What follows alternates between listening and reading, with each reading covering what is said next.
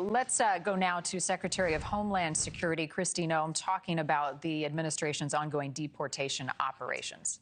Did it right under Governor Walz's nose, and we believe that he didn't just know about it, that he may be complicit in it as well. Do you believe there are any cases in Minnesota where the ICE agents have gone too far? Our ICE agents are following the law and running their operations according to training. Last night what we saw was 3 individuals weaponize shovels and brooms and attack an ICE officer that had to defend himself. So we're hopeful that we don't see that again, that these protesters and violent rioters will be held accountable for the actions that they're taking, and that our officers can do their work safely. What about that officer that you were mentioning? Can you give us an update on that ICE officer's condition after he was hit with the shovel? And then we're seeing those cars looted in Minnesota.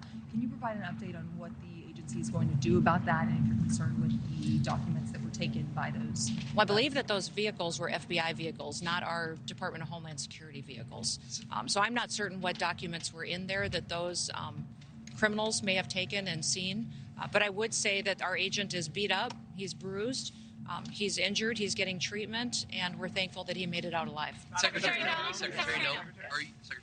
are you okay with federal agents and officers violating people's Fourth Amendment rights by asking for papers without reasonable suspicion? Every single action that our ICE officers take is according to the law and following protocols that we have used for years, that this administration has used, that the previous administration used. They are doing everything correctly, and over again in litigation in the courts, we've proven that they've done the right thing. Why is it within their right to do that? Why is it within their right to ask for papers without reasonable suspicion?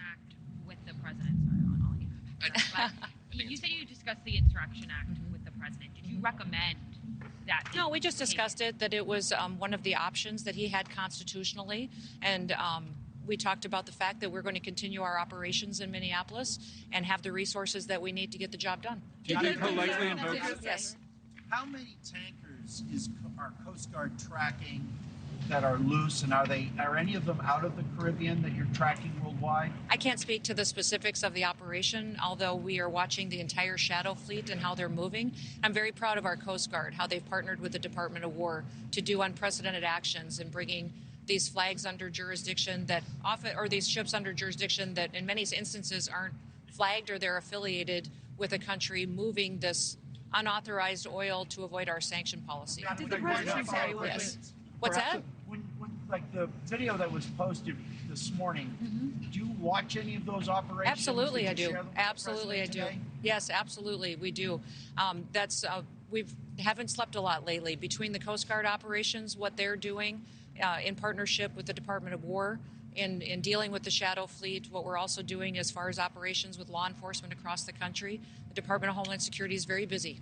Can you respond to yes. Madam Secretary, perhaps to follow up, why are we seeing Americans being asked on the street to provide proof of citizenship in Minnesota? Is that targeted enforcement, and are you advising Americans to carry proof of citizenship? In every situation, we're doing targeted enforcement. If we are on a target and doing an operation, there may be individuals surrounding that criminal that we may be asking who they are and why they're there and having them validate their identity. That's what we've always done, in asking people who they are so that we know who's in those surroundings. And if they are breaking our federal laws, we will detain them as well until we run that process. Are you advising Americans to carry proof? Just to follow, are you advising Americans to carry proof of citizenship in the second half? Do you think that there needs to be an Insurrection Act invoked? Oh, I think that the president has that opportunity in the future.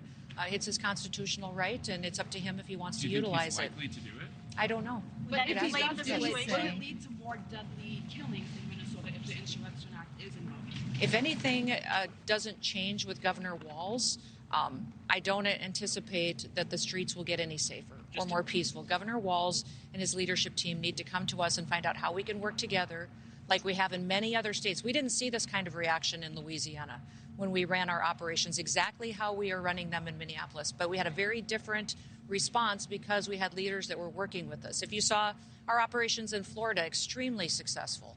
In Minneapolis so far, we brought hundreds of criminals off the streets that were dangerous to society and dangerous to that community.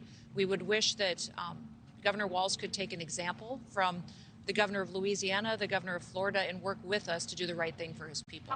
Thank you for watching. Subscribe below and download our NewsNation app right now on your phone, and you will get fact-based, unbiased news for all Americans.